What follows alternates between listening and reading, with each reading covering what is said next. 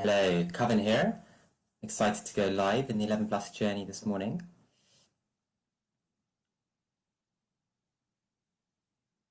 Hello, Coven here. Coven Wilder, dad of 2 kids and founder of Kid Coach app. I'm really excited to be going live here on the 11 Plus journey this morning, this Sunday morning here in the UK. Thank you for everybody who's going to join us. I really appreciate you giving up your brunch or your lie-in or a bit of playtime with the kids to join me this morning. I promise to make it worth your while. It's the first time I've gone live in this group, so I'll tell you a little bit about myself in just a moment. But I want to thank Sabha, the admin, and all the other people that work at 11 Plus Journey for giving me the stage, so to speak, for a few moments this morning, and indeed to you. Yeah, thank you already for joining, and I hope that I can serve and add value and help you build life skills in your kids, the interview preparation being just one example. So I'm let me introduce myself. So my name's Coven, Coven Wather. I'm a dad of 2 young children. I am not a tutor. I'm not a tutor, but I do run an app company called Kid Coach app. But it wasn't always so. So let me give you my very brief CV, as it were, so you know who's speaking to you. I went to haberdashers, so I was privately educated at Habs from the age of 7 to 18. So it's about 30 years ago I started my education process at Habs, and have very fond memories of that place. And then I was lucky enough to get into Cambridge, which was a wonderful place. And then that was a springboard for my career in strategy consulting. And then I moved to a FTSE 100 company to have actually various roles across strategy and sales and marketing. And my most recent role before I left last year was to run our UK division in an education publishing arm. This arm, if you're interested, we supply digital learning resources to universities, to medical students in particular. So that was kind of cool. It was all about helping students become doctors. But like I said, I left this. I left this job a year ago to set up this company, and I can tell you a little bit more about that if that's helpful as we talk about interview preparation here this morning, interview preparation for 11 Plus. So great that a few people have started joining. I'm going to just check in with you to see how you're feeling right now, right? So I believe that the academic part of the 11 Plus is now over, right? Most of your children have now done their exams. Certainly the parents that I work with in our Facebook group on 11 Plus are telling me that. So how are you feeling? How are you feeling now that the exam part is over? Just type it away in the comments, use an emoticon. I'd love to sort of just check in with you here. How are you feeling? Are you relieved? Are you that no more homework is required? Are you excited to see what happens next? Are you nervous about the outcome? How are you feeling? Let me know in the comments, just in the chat. So, like I say, I'm a dad of 2 kids, and I've started this company, Kid Coach app, and the connection to 11 Plus interview is really that as we were building this tool, this conversational tool, a lot of parents said to me, hey, this would be great for 11 Plus interview preparation. So I hadn't really thought about that, to be honest. And as I dug into the topic a little bit more, I realized that maybe we can add value, maybe we can serve here. And and that's why we actually now have a Facebook group solely around interview preparation, which is how Sabha at 11 Plus Journey found out about us and has invited me on as a guest live this morning.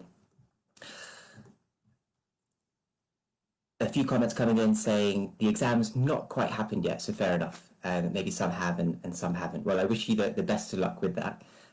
One key thing is to not run out of steam, right? So once that exam is done, a lot of you will be going for interview rounds if you're applying for a selective independent school, sort of the round 2 interview, which is becoming, it feels like an increasing area of differentiation. So I wish you well with the exams, but don't lose steam. Keep up the energy and the ambition. But the good news is it can be baked into dinner table conversations, right? You don't need to have a specific sit-down interview preparation time per se. And I'll give you some really practical tips about how to achieve that in a few moments. So thank you for commenting there a little bit. I want to ask you one other question before we get cracking on the interview tips. Can you complete this sentence for me? I want my child to be, right? So in the future, when they're all grown up, and I don't mean job or profession, but I mean a state of mind or an achievement, or, I want my child to be, what do we want for our kids in the future? I want my child to be, let me know in the comments. I'd love to kind of get a sense of not just for the next few months with getting into 11 plus schools, but, longer term, what do we really want for our children, our precious sons and daughters? What is it that we really want? So put that in the comments. And, a lot of people talk about happiness, right? Happiness and success. So when I've asked this question for in other groups, I want my child to be happy, I want my child to be successful. It makes perfect sense. I want the very same thing for my kids. And so today, what I'm going to talk to you about to help you with that is the following. This is our little agenda, okay, for the day. So first up, some real basic guidance on passing 11 plus interviews, okay? We'll probably breeze through that. But then secondly, I want to talk about some advanced approaches that can help you differentiate your child throughout life to help them be happy, to help them be successful, right? So start with 11 plus, but then advanced approaches. And then thirdly, we'll wrap up with some really practical tools you can use at home immediately. So I'll put this little agenda up from time to time to keep us orientated. Just scrolling down the comments. What are the things you want for your kids? Confident, kind, hardworking. Thank you, Sheena. Grateful for what he has. Thank you, Varsha. Content, Pooja. Empathetic, successful, resilient. Yeah, great one, Saba. Confident, hardworking, happy. Dulce. Dulce? Forgive me if the pronunciation is off. Yeah, brilliant. These are all fantastic qualities, aren't they? But note, no, I want them to be great at maths. I want them to be great at English. That hasn't come up, has it? Interesting. Okay, so first step of that agenda, right? Some basic interview tips, if you like. So I've been fortunate enough to be in the last few months working closely with some real experts in this area. So shout outs to Afroza Ahmed at 11 Plus Interviews and Gemma Smith at Education Hotel. We've done some lives together. Thank you both for contributing and also for educating me, right? So some of the, if I could summarize some top tips for interview preparation, and again, this is for selective independent schools that require interviews as a second round, are number one, show how you talk and think, don't just memorize responses, okay? Show how you talk and think, don't just memorize responses. There are all sorts of interview questions that we could Google and find, and they're all well and good to sort of practice with, but as soon as we start memorizing rote answers to them, we're out the game, right? These questions are designed to help an interviewer understand, can your child talk well? Can they think well?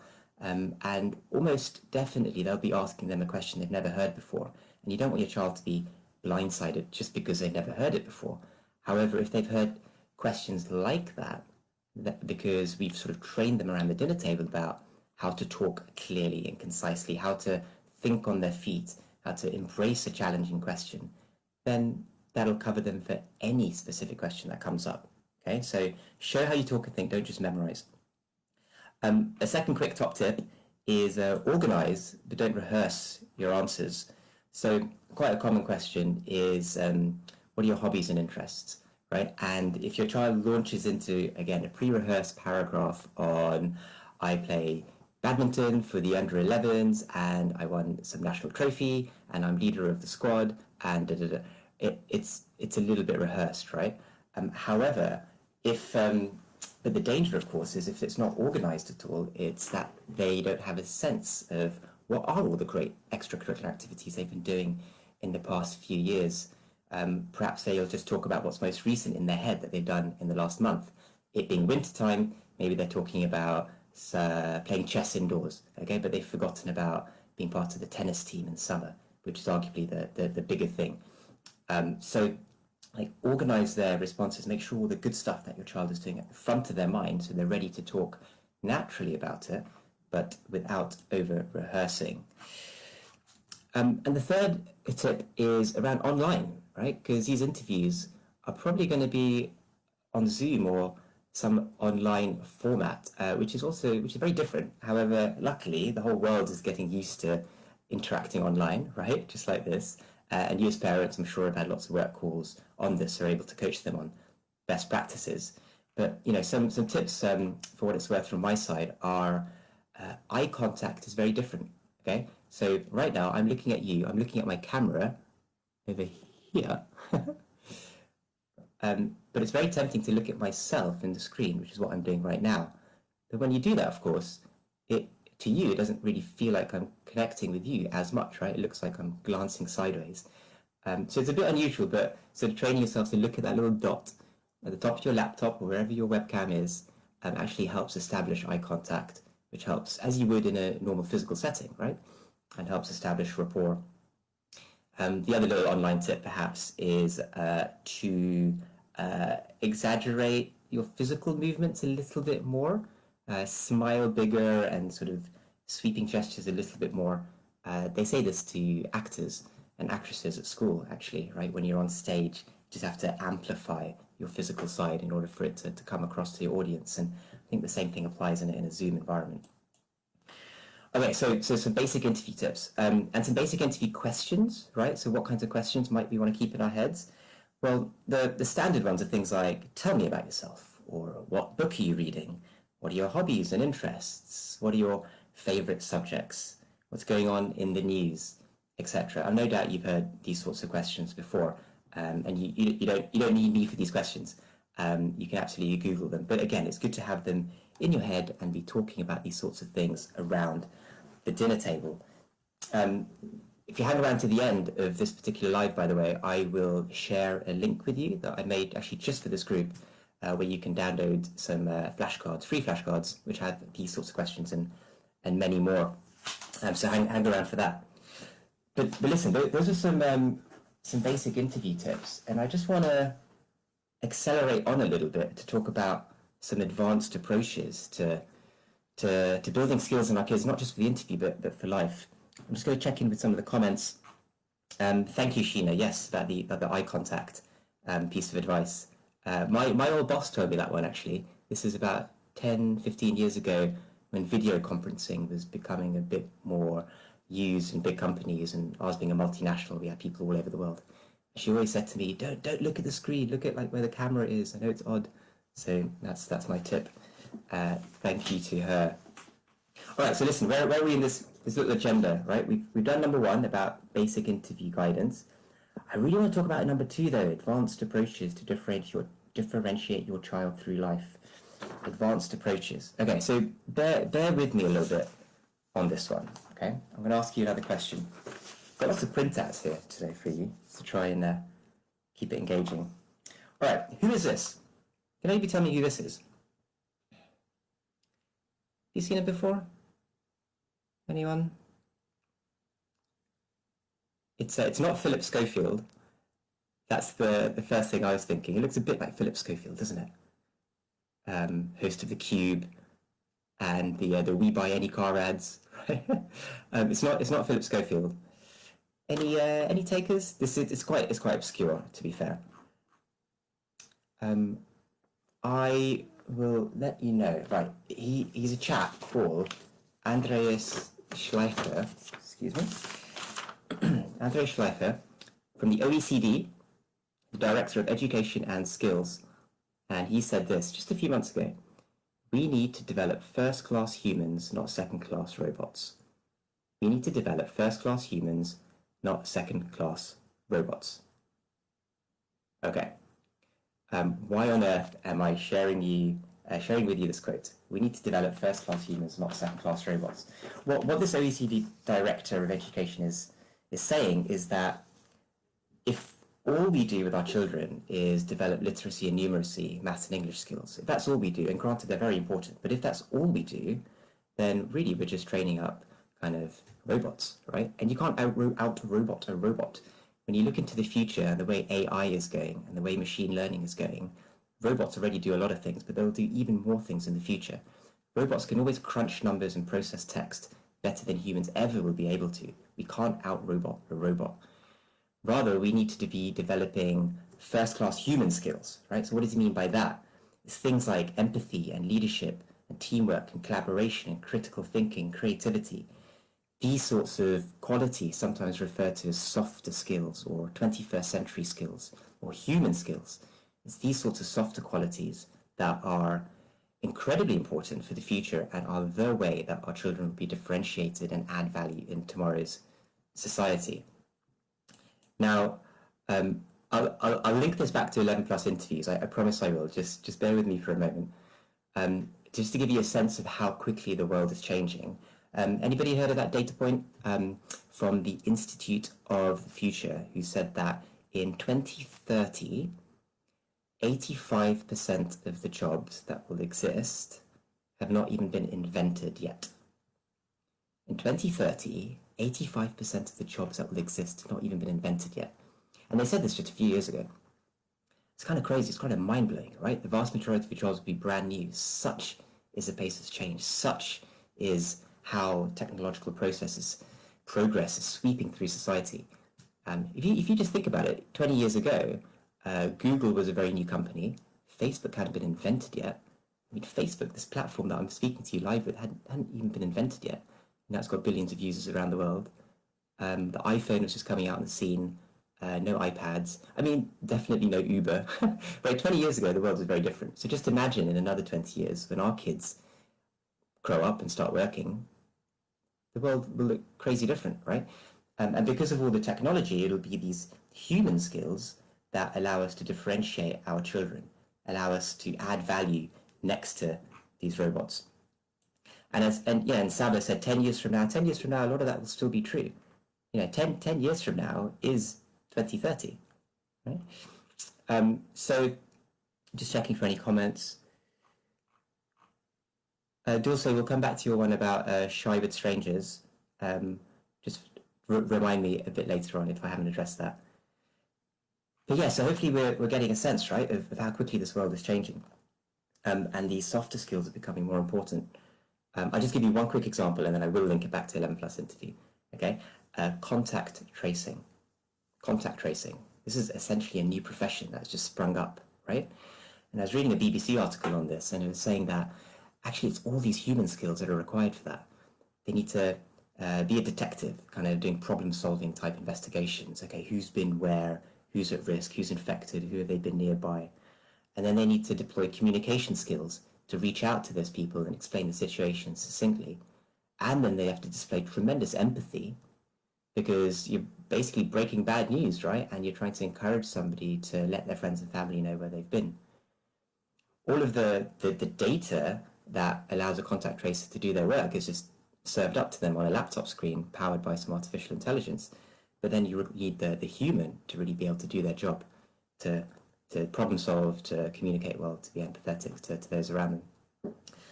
And there's lots of these examples that that we'll continue to see. Jobs becoming more human skill related. Okay, so how is this relevant to 11 plus interviews? Simply this: these softer skills are never really tested. In fact, it's quite hard to test in our children until the interview comes around. Okay, like when it comes to maths and English and the academic subjects, we have tests galore for that kind of stuff, right? So we're kind of quite secure in how we assess our children, in how they're developing the academic skills, which is great. But when it comes to the softer stuff, it's kind of hard, right? There's no objective exam for that. In fact, probably the first time it gets gauged and commented on is this 11 plus interview for many of us. And then accelerate into the adult world and job interviews, we're being asked these sorts of questions all the time, right? To assess our character and assess our competency. But for this community here, the 11 plus interviews when these skills first get tested in our children. And here's the thing, they get tested through conversation. So could we build them through conversation? People are checking if our kids are creative and can communicate well, etc., which are all incredibly important skills for the future. And they test it through conversation in an interview. So can we build it through conversation? And this is something that I would really like to talk about now and to encourage you to be trying out at home. And I'll give you some examples that we can do live in this group now as well, right? Essentially, as parents at home with our kids, having dinner table chats or other sort of conversational opportunities, can we, through that, make them more creative, help them communicate better, get them thinking more critically, um, develop their leadership skills, help them be more empathetic towards their little brother or sister, and so on. This is something that I'm really passionate about, and is what Kid Coach app was born to do. So let me bring it back to some interview questions. Okay, we were talking about advanced approaches. So what are some of those, maybe let's say, advanced questions your son or daughter might be asked that test these softer skills? So let me read out a few examples. What are 10 things I could do with this cup or this bottle or something on the desk in front of them? Right? Hey, what are 10 things I could do with that? What are 10 things I can do with this pen or whatever's to hand? Right? It's a good test of creativity. And in a moment, actually, I'll ask you to ask your child that question and just sort of write in the comments what they say, what they come up with. That could be kind of fun to see. There's no right answer, right? Or another one, what leader do you admire and why? Right? A good way of developing leadership skills, identifying leadership traits. Or how about, how many schools are there in the UK? This is a good one for analytical thinking, structured thinking, having a guess when you just don't know. Or something more philosophical, should education be free for anybody and everybody? Should education be free for everybody? Coming from an independent school, a fee-paying school, that's also quite a philosophical question, isn't it? Or perhaps, when is it good to fail? When or why is it good to fail sometimes? So that's one around resilience, right? These are just some examples, but hopefully it gives you a sense of these more advanced questions that our children could be asked in 11 plus interviews are a great way of testing these softer skills, but also, as for us as parents, are a great way of developing these skills in our children at home. So look, if your child is there or in the next room, maybe you want to ask them, what are 10 things you can do with a cup? Yeah, maybe you can interrupt their time playing with the iPad or whatever they're doing to ask them something a bit funny, a bit silly. Hey, what are 10 things you can do with a cup? Or what's even one thing you can do with a cup? That's not drinking from, right? That's not something standard. Let me know in your commentary, what are some things that you could do with a cup? Yeah, and depending on what they say, I will suggest kind of follow-up prompts that you could ask them. Because one thing that I've discovered in having these sorts of conversations with my children, with children in our family, and with the children of parents who we are now working with, is that the initial question is really interesting, but then the follow-up prompts are when the most interesting learning actually happens, right? What do you say next? How do you deepen the thinking? How do you get them to see things in a new light? And I'll give you some, in fact, should I do that now? I'll give you an example of exactly what I mean. So let me just get something up on my phone. This is actually straight from our app, but it's just the easiest way to show you. So what we have here, how did I show that? Right, we have a bunch of different questions. If I go to that first one, this is quite hard to do. Inside out. Okay. Can I put that way? Right. What are 10 different things you can do with a cup? And you can see there's some learning objectives and some guidance points. But oh my god, I can't. I'm struggling to orientate this. It's a bit awkward, isn't it? Okay, there we go. Prompts. Okay, prompts for kids. Hopefully you can see that.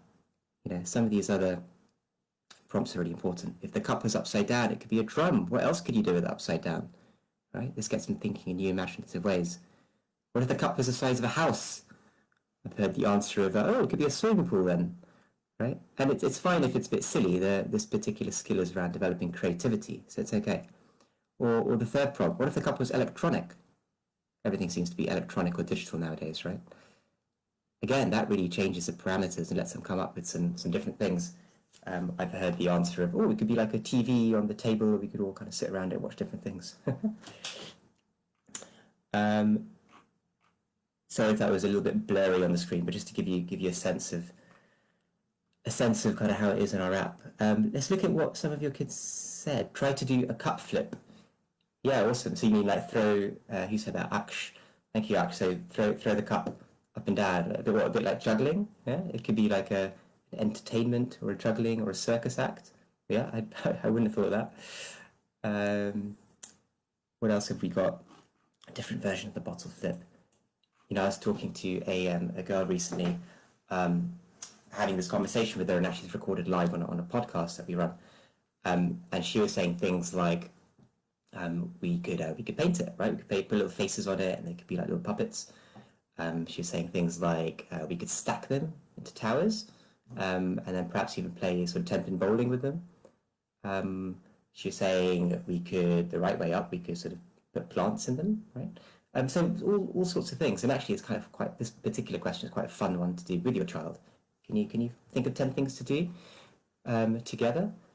And as you sort of strain and you think about that, I don't know about you, but I feel my brain growing, right? I feel my brain becoming more creative, and I feel like these synapses are firing, and the brain is stretching and growing in different directions as you're thinking outside the box and you're thinking more creatively.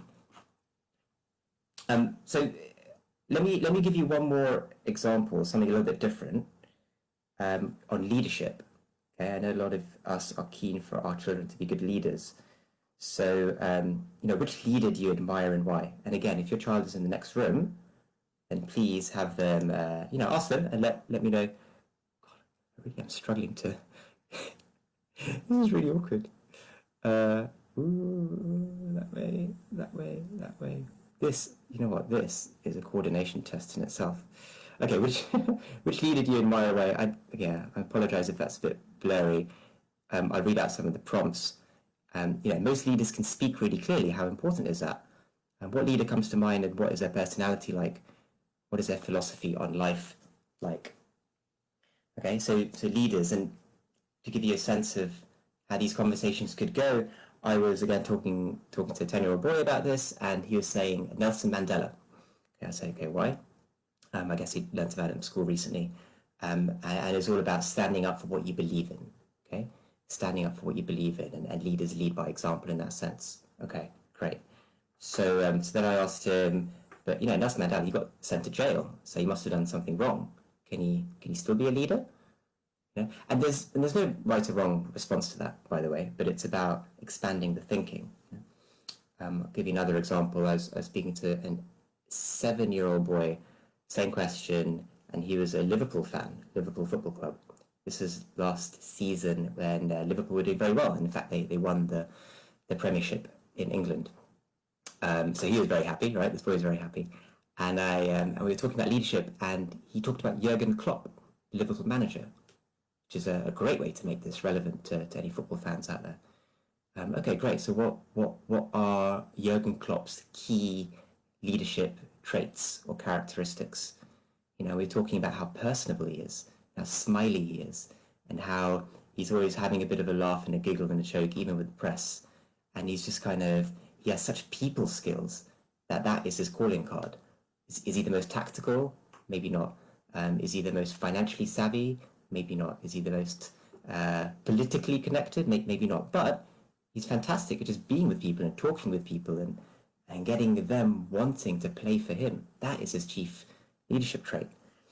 So this kind of question just gives us an opportunity, doesn't it, to delve into leaders around us from the world of sport, from the world of business, or even books, right? Albus Dumbledore, the headmaster of Hogwarts in Harry Potter, he's a fantastic leader, I think. So you can do all those. He's very warm and human, yeah. Jurgen Klopp, right, Sheena? He is very warm and human. That is certainly true. Lots of good soft skills in Jurgen Klopp.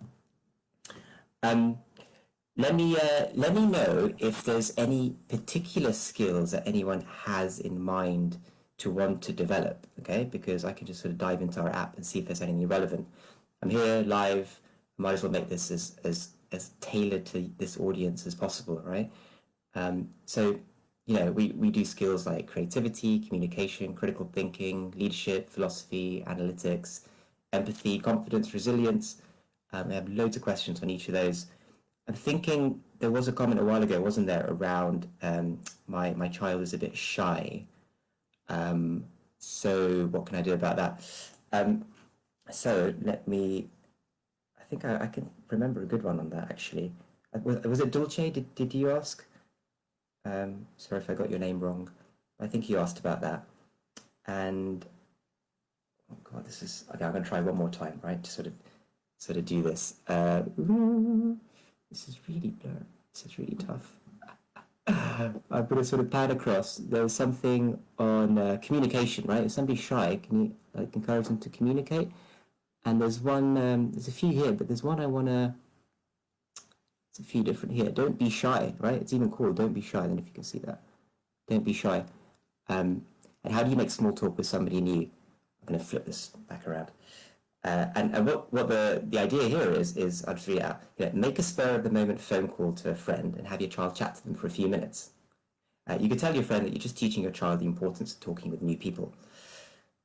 Okay, and okay, this is a little bit brave and bold perhaps, but yeah, why not give a good friend of yours a call and just hand the phone to your child and just encourage them to chat to them for a couple of minutes. And you give them some prompts, right? You can say, well, you could ask them what they've done today. You know, why don't you try that? Ask them what they're having for dinner tonight. Ask them what their next holiday is planned. You know, assuming assuming COVID passes us by, hopefully quite soon. So these sorts of things. Any other skills? Confidence is something that many kids struggle with. Thank you, Sabah. So, should we see what we have on confidence? I'm not going to try and flip my phone around again. I don't think that's working. Let's see, confidence.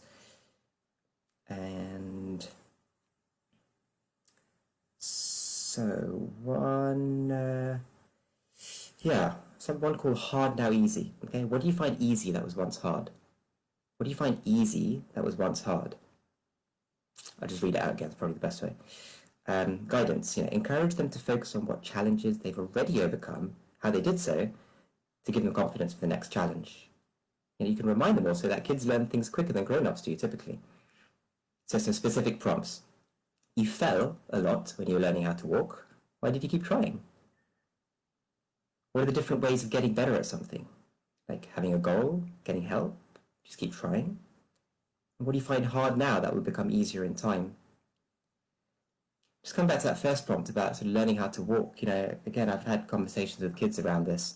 To take confidence for something in the future, it helps to sort of be confident about something you've overcome in the past, right? And even something as silly, almost, as walking, right? Of course we all fell when we were learning how to walk when we were 1 or 2 years old, but we kept trying, right? Because we really wanted to get there, to get to that chocolate biscuit cupboard, whatever it might be. We were motivated to keep trying, even though it probably hurt quite a lot. And reminding our children that they've been through these episodes in the past where they've overcome obstacles, they've got more confident at doing something, in this case walking, I think really then sets them up well to think about the next challenge or the next thing that they're currently struggling with. Sheena saying, depending on the child's age, I used to have my kids buy things in shops and pay for the goods. They hated it at first, but they soon learned. Yeah, brilliant. So independence, I think, that those kinds of, you're empowering the kids, right, to go, here's a pound or two, you buy whatever you want. It's your responsibility. That's a really good experience. And I should say, right, that this sort of conversational based approach that we're encouraging at Kid Coach app is a way of doing it, but it doesn't mean that we shouldn't do other things, right? Like experience based approaches are massively powerful.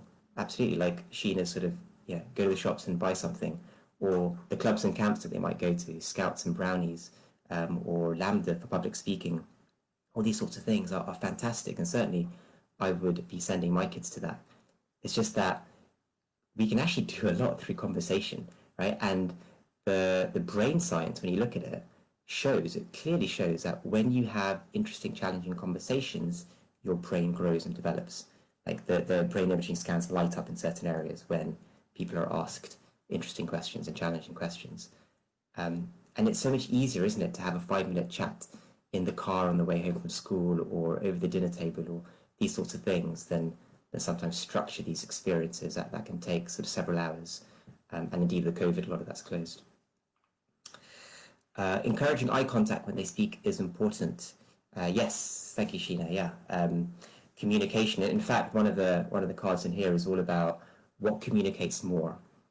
Body language, tone, or your content?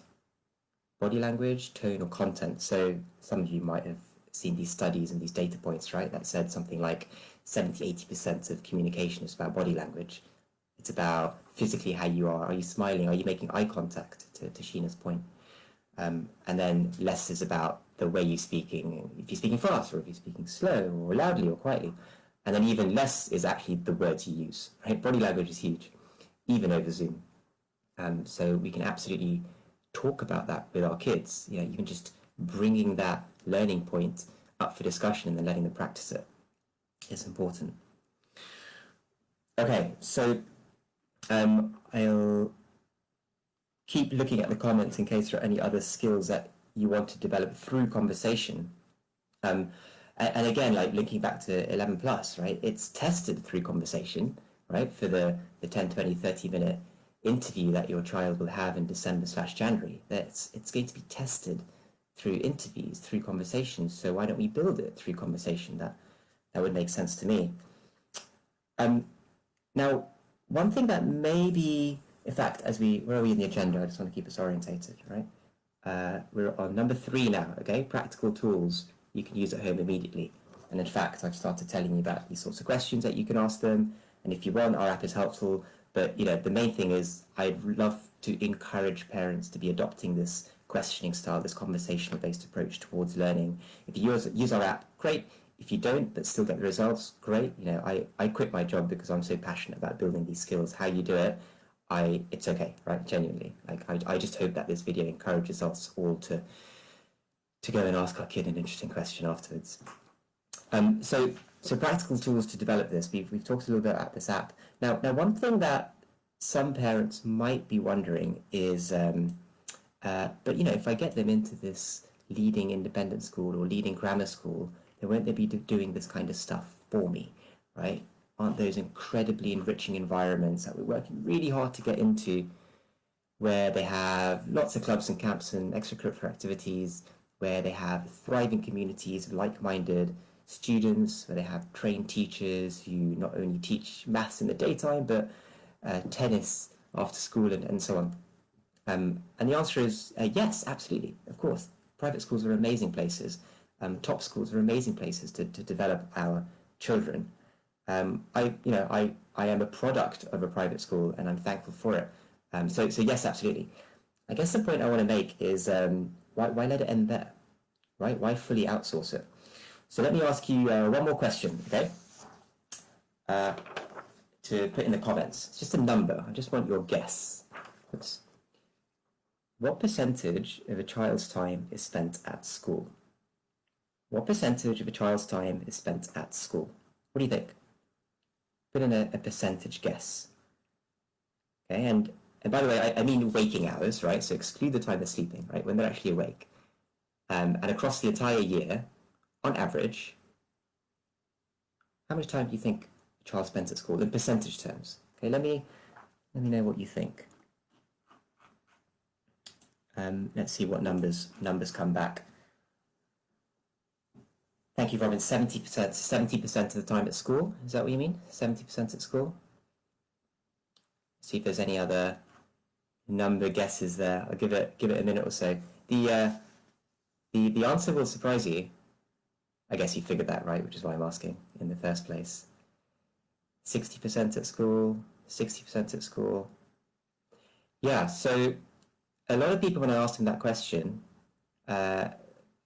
guess quite high numbers, just like you are. It's actually the complete opposite, I'm afraid to say. The data says that the average child spends only 20% of their time at school. 20%, 20% of their time at school. Even less in class. 20% of their time in school.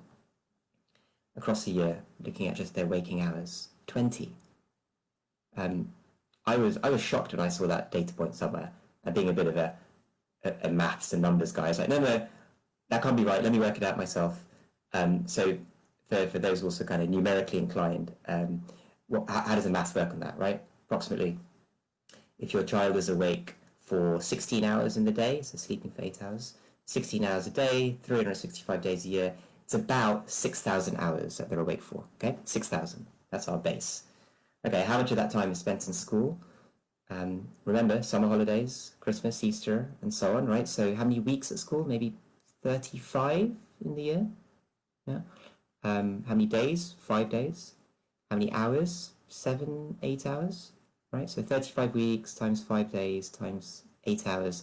That's about 1,500 hours. Okay, and over the base of 6,000, that's about 20-25%. So the reason it's so low is that is because of the holidays, right? The summer holidays in particular, and of course all the evenings and weekends. And as Sheena points out, this year it's more like 5%. Indeed, right? And I make this point, by the way, not to minimize the work of schools. In fact, on the contrary, when schools were closed earlier this year, we all suffered massively, right? Like we all value and appreciate schools, not just for childcare, but for all the wonderful opportunities they can give us. And indeed, we're trying our hardest in this group to get into the very best schools for those opportunities. So they play an incredibly important role. Don't get me wrong. The reason I make this this point is just to double underline in red how important us parents are. The kids spend 80% of their time with us at home. We are so incredibly formative, so incredibly powerful at shaping and molding and developing our children in ways that we see fit. And of course, as parents, we all kind of know this intuitively, right? And we all really care and we want to do this. Of course, they're our precious kids. But I don't know about you, but for me, when I saw that data point written down somewhere, 20% at school, 80% at home, that really hammered it home to me about just how important we parents are and what's a powerful role we can play.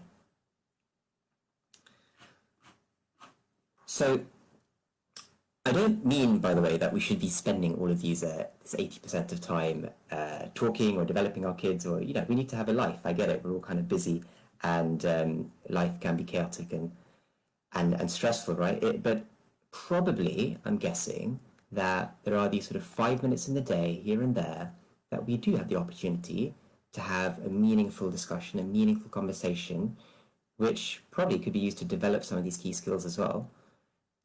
In the car on the way home from school, at the dinner table, or preparing dinner while chopping the vegetables in the kitchen, or at bedtime or bath time if your kids are younger, or these little pockets of time, right? And one thing that I've heard a lot from parents is that these pockets of time, they come and they go very quickly, and they're lost forever. And wouldn't it be great if we could capture that somehow? A lot of the talk that we do have is transactional, isn't it? Sort of, what did you do at school today? What did you eat? Who did you sit next to? Have you done your homework? Can you lay the table? Can you put your dish in the sink? Pick that up. Is your bag ready for tomorrow? Like all these things, right? And of course, we need to be organized and prepared. So I'm not saying don't have these conversations. It's just that where do those meaningful discussions go, right? Those 5 or 10 minutes of connection, of chats about something important, which is also can be fun and still develop our children. This is something that a lot of parents have said to me. It's brilliant if we can capture and cherish those moments more. And actually, we were featured in the BBC recently talking about exactly this, and had some really good commentary on that. So hopefully it comes across. I'm quite passionate about this stuff, right? About helping parents capture these moments through conversation to develop certain skills in their children, these softer skills that will bear them incredibly well in life, starting with sailing past the 11 plus interview. And if you use the app for it, great. If you don't, that's also fine. I just really want to encourage encourage us to see things in a slightly different way. All right, so any other comments? So important to spend time with our children, but not all of our time. Indeed, Sava. So listen, we're gonna wrap up in a few short moments. Let me know if there's any questions that we haven't answered, anything that's on your mind, be it preparing for the 11 plus interview in the next month or two, or longer term development of skills that really matter in our children. Perhaps there's something you're wondering about, perhaps there's something you're frustrated by, stuck on. Let me know, right? And as promised, I'm going to send you, or here in a moment, a special link to get some of these kinds of questions that I've been talking about without having to download the app, but just free flashcards, right, that you can print out at home. In fact, let me show you. I think I've got an example here, just so you know what you'd get, right? Basically, a few pages that you can print out and sort of chop up pretty easy. And then what they are flashcards like this. Like this is a debating topic. Do we need schools, or can we just learn at home? And on the back side are some of the prompts and guidance for parents to kind of help you push on the conversation. And there's loads of these. Let me give you another example. If you could have a great holiday but not remember it, would you still want to go? Yeah. And again, prompts and guidance. So listen, as a little thank you for giving up your Sunday morning to be with me today here, I sort of made these especially for you, and I'll pop a link in the chat. In fact, let me do that now before I forget. I assume I can put something in there. Yep. There we go. So that should work. Let me know if any problems. So listen, to wrap up, and as I do this, Sabha or anybody else from 11 Plus Journey, let me know if there's something we haven't covered or something you want me to go deeper on, or just before we close. But as I sort of start to wrap up, I'm powered by two strong beliefs. I quit my very cushy corporate job a year ago because I believe these two things strongly. One, soft skills matter immensely. Creativity, communication, critical thinking, these things, our kids will need it to be happy and successful in tomorrow's fast-changing world. There's an incredible amount of literature on that. You just have to look at the most viewed TED talk ever, by the way, by Ken Robinson, to see what I mean by that. Okay, soft skills matter. I really believe that. But secondly, that we parents at home can do an awful lot to build them already through conversation. Remember, in the interview, it's tested through conversation. Why don't we build it through conversation? Still do all your experience-based stuff, don't get me wrong, but it's an awful lot we can do through conversation. I really, really believe that. And this 11 Plus interview that's coming up for many of us, it's just our first little chance for our child to show that, right? Because what is an interview when you think about it, right? Like, my philosophy on interviews generally is that it's an opportunity for your best true self to shine through. For those 10, 20, 30 minutes, it's an opportunity to talk about you genuinely, without boasting and without fabricating, but genuinely. And if you have those skills built up inside you, if you have that true character, if your brain is thinking well, if you're able to talk well and think well and feel well, if you're able to do all those things, then the interview is just this little window of time where we get the opportunity, or as children get the opportunity, to show that to the world, to show that to the interviewer. It's very rarely tested otherwise, right? So let's embrace this opportunity in the 11 Plus interview. Let's not sort of memorize stuff just to sort of pass that stage. Let's take this opportunity as a gauntlet almost to build these important skills in our kids through conversation, and let them be examined on it through conversation in a humble but powerful way. Yeah.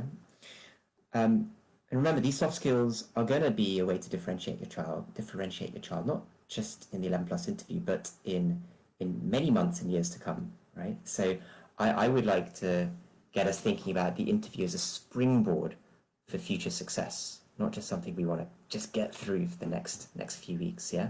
Let's think about it as a springboard for future success.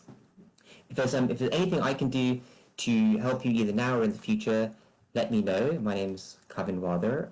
You can search Kid Coach app, will come up in Google, or just Kid Coach even will come up in Google if you'd like to know more about the business and our app and how we can help.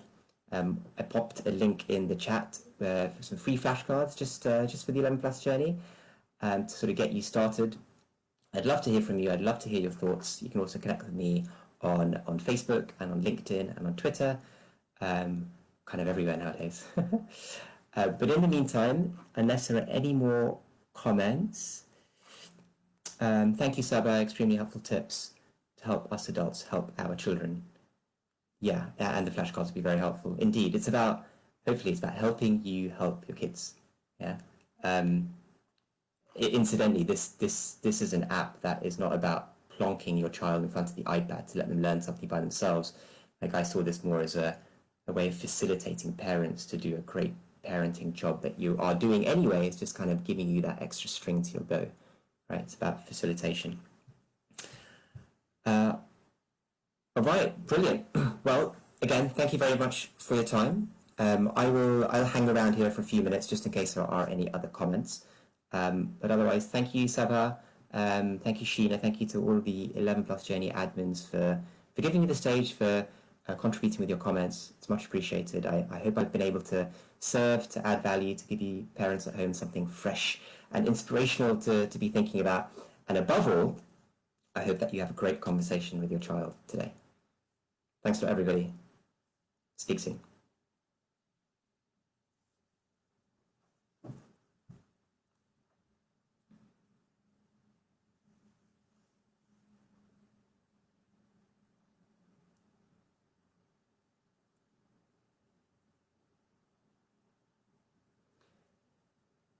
Thanks, Diraj, for that comment. Any final wrap-up on confidence-building measures? How do we get our kids to be more confident? So let me share a personal story, which maybe helps. Okay, I used to be really bad at giving presentations. Okay, now you might say I'm still really bad, having listened to this live video, and that's fair enough. But I think I've got a little bit better. But I used to be really bad, like really bad. Like I just used to bomb, and it was because of confidence. I didn't have the confidence. Okay, so actually this really emerged for me at the age of about 21. I'd left university having a stellar CV, right? Habs, private school, Cambridge, etc. Got into the world of work, had to do my first few presentations, and I just froze. Like I couldn't remember what I had to say. I wasn't confident, surrounded by like people who are very aggressive in the strategy consulting world. They're far better at presenting than I was. Okay, so how did I build confidence, right? And it's something that I would encourage with your children. To keep trying, to keep putting yourself in slightly uncomfortable situations, and to push through. Okay. Now, I talked to my parents about this when I was struggling, and this is the advice they gave me. They said, look, I know it's uncomfortable, I know you don't have confidence, but the only way you'll build it is through practice and through experience. So keep finding, in my case, presentational opportunities. Now, and they don't have to be high stakes, right? They could be little kind of just speak for 2 minutes in the house on some topic, just to your mum and dad and your sister, right? That's pretty low stakes compared to giving a presentation on a Facebook Live to a group of 10,000 people. There's one you could do it to your pet as well, right? Like if they have a dog or a cat, just talk to your pet. Again, if presentation is the thing they're lacking confidence in. So just find a way for your child to practice the thing that they're not confident at in a repeated way, starting off in a low stakes way. So Diraj, if you're able to kind of say maybe what they're not as confident on, then I could think about some more specific examples. But for example, if they're less confident sort of talking to people, then perhaps that trick I talked about earlier, give your friend a call, a safe environment, and ask your child to talk to them for a few minutes. Right? I think we have to get comfortable being uncomfortable. We have to be comfortable being uncomfortable. And as soon as we do that, as soon as we can embrace difficult situations and encourage our children to do that, and as soon as we can be comfortable with our kids being a little bit uncomfortable, just for a short period of time, then they'll find a way to build those skills, won't they? They'll find a way to be more confident internally. So that would be what I'd say to that, Tiraj. I hope that helps. Let me know.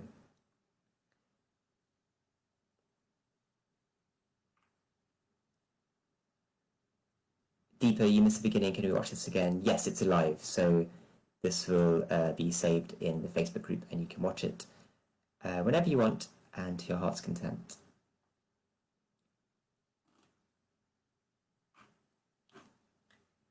All right, I will just pop in that link again here in case it's disappeared on the feed for somebody.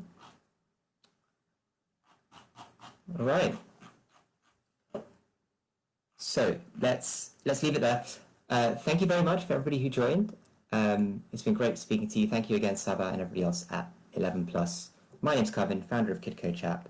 I hope that was helpful to help you prepare your child for 11 Plus interviews and develop the skills that matter for life. Have a great day.